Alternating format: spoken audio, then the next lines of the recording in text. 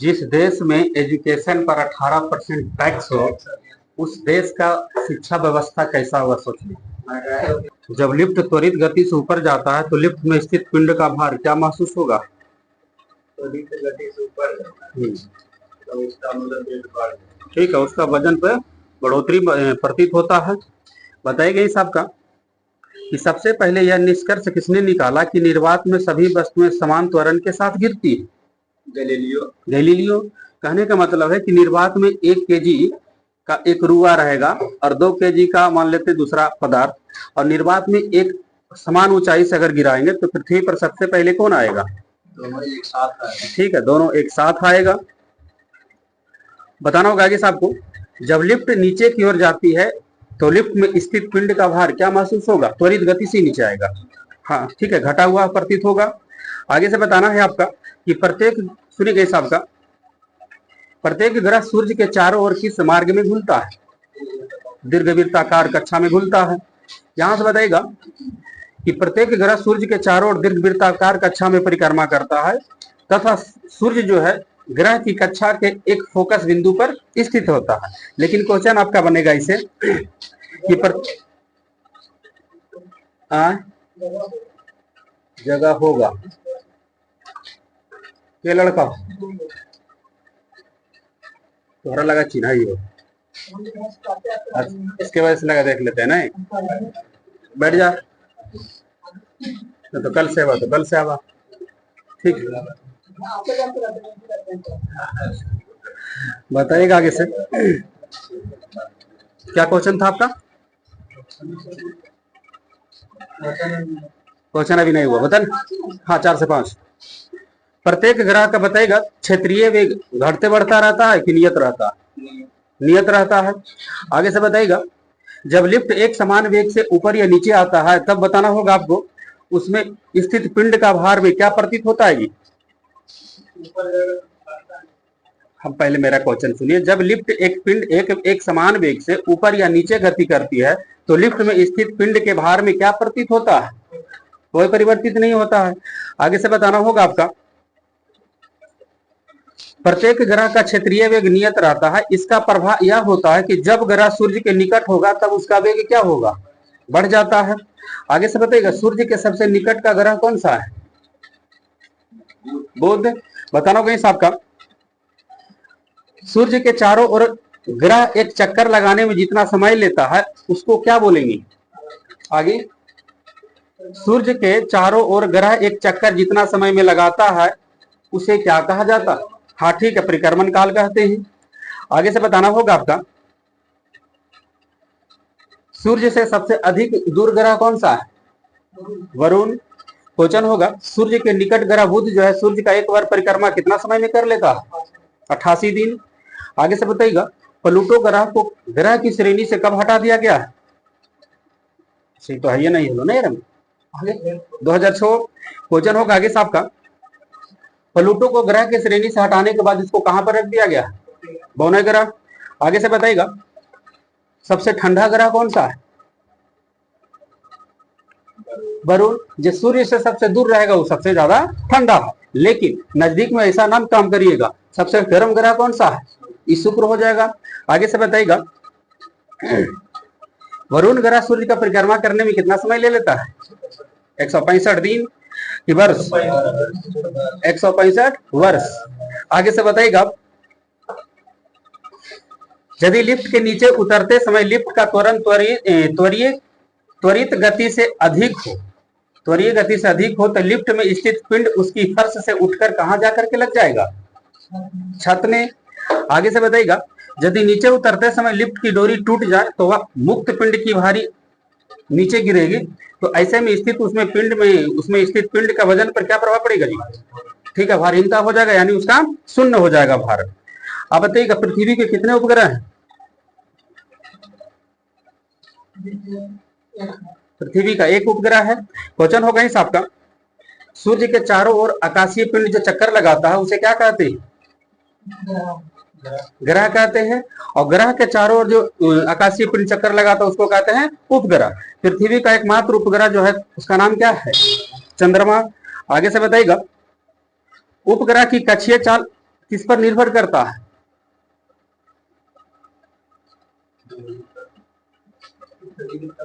ऊंचाई पर। ठीक है, उपग्रह के कक्षीय चाल उसकी पृथ्वी तल से ऊंचाई पर निर्भर करता है। आगे से बताइएगा, उपग्रह पृथ्वी से जितना अधिक दूर पर होगा उसकी चाल उतना ही क्या होगी? कम हो जाएगी। आगे से बताना होगा आपका, उपग्रह की कक्षीय चाल जो है उसके द्रव्यमान पर निर्भर करता है या नहीं? द्रव्यमान पर निर्भर नहीं करता है। पृथ्वी तल के अति निकट चक्कर लगाने वाला उपग्रह के कक्षीय चाल लगभग कितना है? आगे क्वेश्चन एक बार और सुनिए, पृथ्वी तल के अति निकट चक्कर लगाने वाला उपग्रह का कक्षीय चाल लगभग कितना किलोमीटर पर सेकेंड? ठीक है, 8 किलोमीटर पर सेकेंड। आगे से बताइएगा, उपग्रह अपनी कक्षा में पृथ्वी का एक चक्कर जितना समय में लगाता है उसे क्या कहते हैं?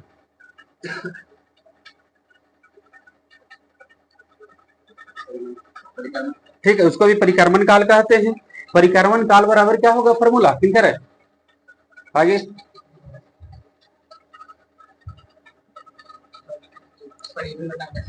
हाँ ठीक है, कक्षा की परिधि बटा कक्षीय चाल। आगे से बताइएगा, उपग्रह का परिक्रमण काल बताइएगा वो किस पर निर्भर करता है? उपग्रह की परिक्रमण काल।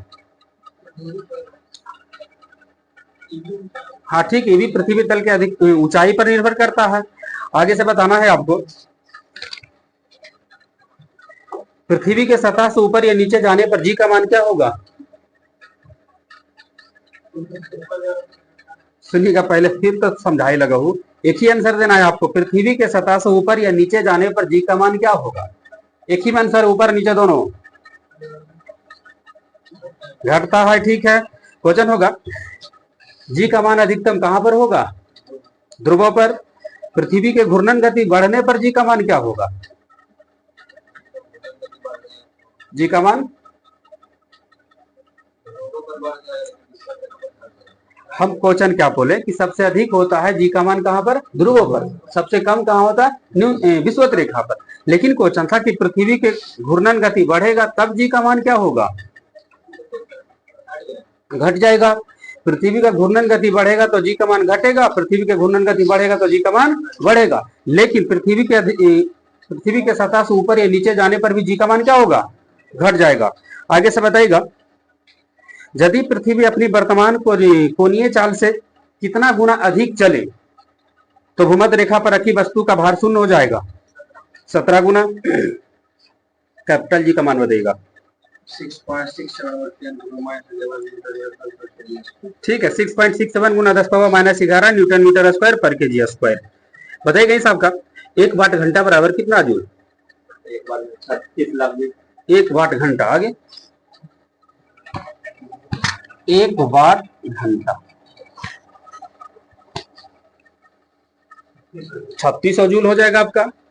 बताइएगा इस आपका, सार्वत्रिक गुरुत्वाकर्षण नियतांक का प्रायोगिक मान सबसे पहले किसने दिया था? 1788 में। ठीक है, हेनरी कैवेंडिश। छोटका जी का मान बताइएगा। हाँ ठीक है, 9.8 मीटर पर सेकेंड स्क्वायर। क्वेश्चन होगा इस आपका, एक अश्व शक्ति बराबर कितना वाट? 746 वाट। 1 किलो वाट बराबर कितना अश्व शक्ति? 1 किलो वाट बराबर कितना हॉर्स पावर?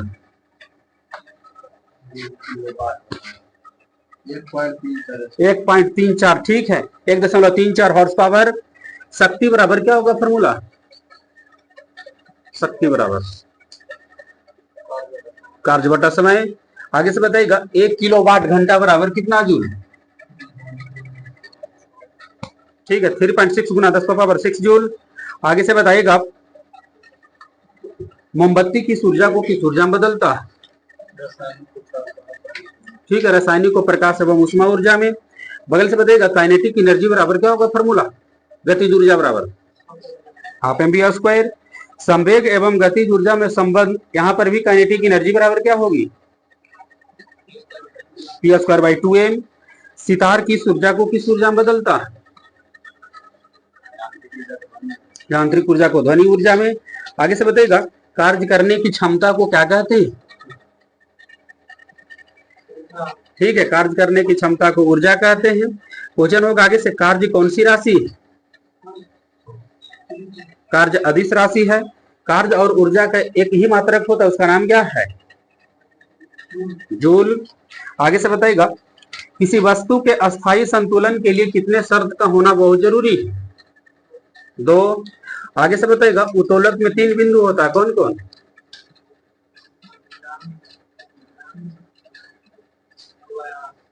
आयास, आलाम और क्या बोले? भार। ठीक है। आगे से बताइएगा, आवेग कौन सी राशि? सदिश। हम सही किए नहीं। आगे से बताना होगा आपका, मनुष्य का हाथ, किसान का हल, चिमटा किस श्रेणी का उत्तोलक है? तृतीय। आगे से बताइएगा, उत्तोलक कितने प्रकार के होते? 3 प्रकार का होता है। आगे से बताइएगा, संवेग कौन सी राशि है जी? सदिश। आगे से बताइएगा, सुनिएगा एक साहब, बल अघूर्णी कौन सी राशि? सदिश राशि है। सदिश राशि का परिभाषा बताइएगा। ठीक है, वैसी भौतिक राशि जिसमें परिमाण और दिशा दोनों हो उसे सदिश राशि कहते हैं। कोणीय वेग को किस अक्षर से सूचित करेंगे? ओमेगा। आगे से बताइएगा, पाई का मान सबसे पहले किसने दिया था? आर्यभट्ट। आगे से बताइएगा, न्यूटन के प्रथम नियम को और किस नाम से जानते? गैलीलियो का नियम या जड़त्व का नियम। आगे से बताइएगा, बताना होगा इसे त्वरण का बीमा सूत्र।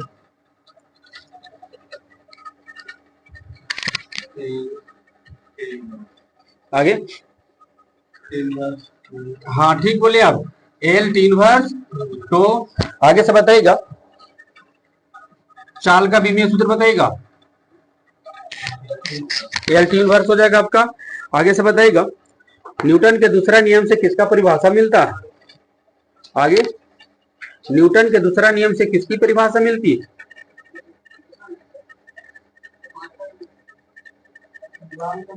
बल का व्यंजक प्राप्त होता है और न्यूटन के पहला नियम से बल का परिभाषा मिलता है।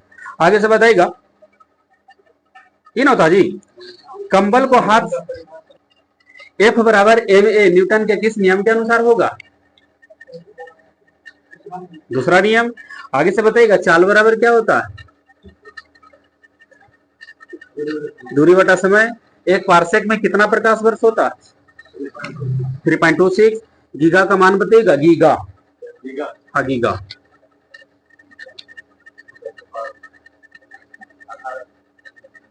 गीगा का मान 10⁻⁹।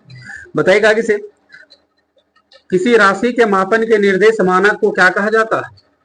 मात्रक। पीको का मान बताइएगा।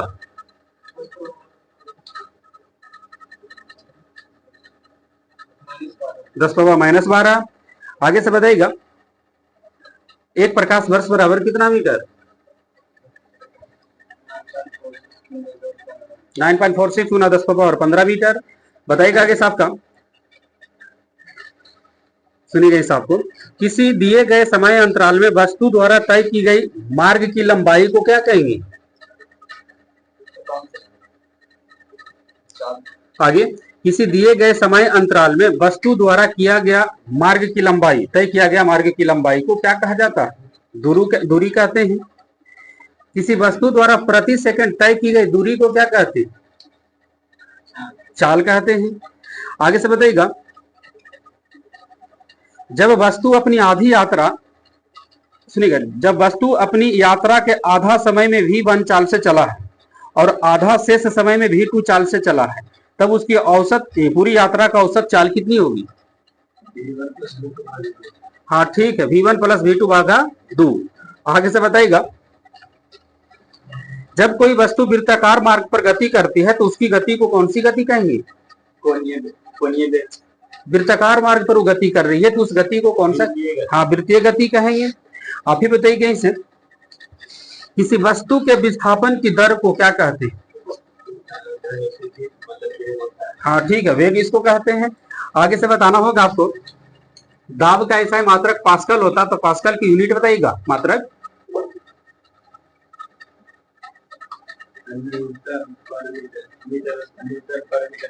ठीक है, न्यूटन पर मीटर स्क्वायर। बताइएगा इस आपका पलायन वेग का सूत्र क्या होगा। हाँ, √2 GR। बताइएगा इस आपका अपेक्षित घनत्व को किस उपकरण से मापते हैं। हाइड्रोमीटर। आगे से बताना होगा आपका ब्लॉटिंग पेपर से स्याही को शीघ्र सोख लेता है, इसका कारण क्या है। केशिकत्व क्रिया के कारण ये ऐसा होता है। आगे से बताना है आपको आवृत्ति कैसा है मात्रक बताइएगा। हर्ट्ज। ठीक है, बताइएगा आगे से ध्वनि तरंगे कौन सी तरंगे, अनुदैर्ध्य तरंगे हैं। आगे से बताइएगा पराबैंगनी किरण की खोज किसने किया था। रीटर ने किया था। अब बताइएगा जब किसी वस्तु के कंपन के स्वाभाविक आवृत्ति किसी चालक बल के कंपन की आवृत्ति के बराबर है, तो वह वस्तु बहुत अधिक आयाम से कंपन करने लगती। तो इस घटना को क्या कहते हैं। आगे फिर से बोलते हैं, जब किसी वस्तु के कंपन की स्वाभाविक आवृत्ति किसी चालक बल के कंपन की आवृत्ति के बराबर है या बराबर होता है, तो वह वस्तु बहुत अधिक आयाम से कंपन करने लगता है, तब उसे क्या कहेंगे। अनुनाद बोलेंगे इसको।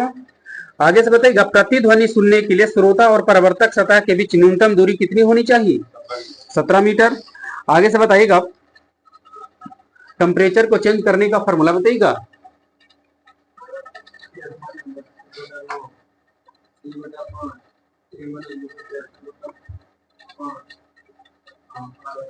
R/4। ठीक है, C/5 बराबर F - 32/9 K - 273/5 और R बराबर R/4 हो जाएगा आपका।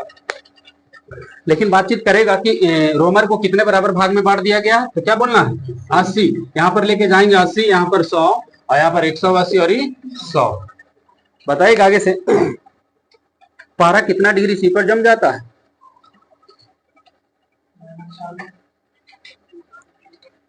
प्लस में कि माइनस में, पूरा साफ सुथरा बोलूं, -39 डिग्री सी पर जमेगा। आगे से बताइएगा द्वितीय रंग कौन कौन है।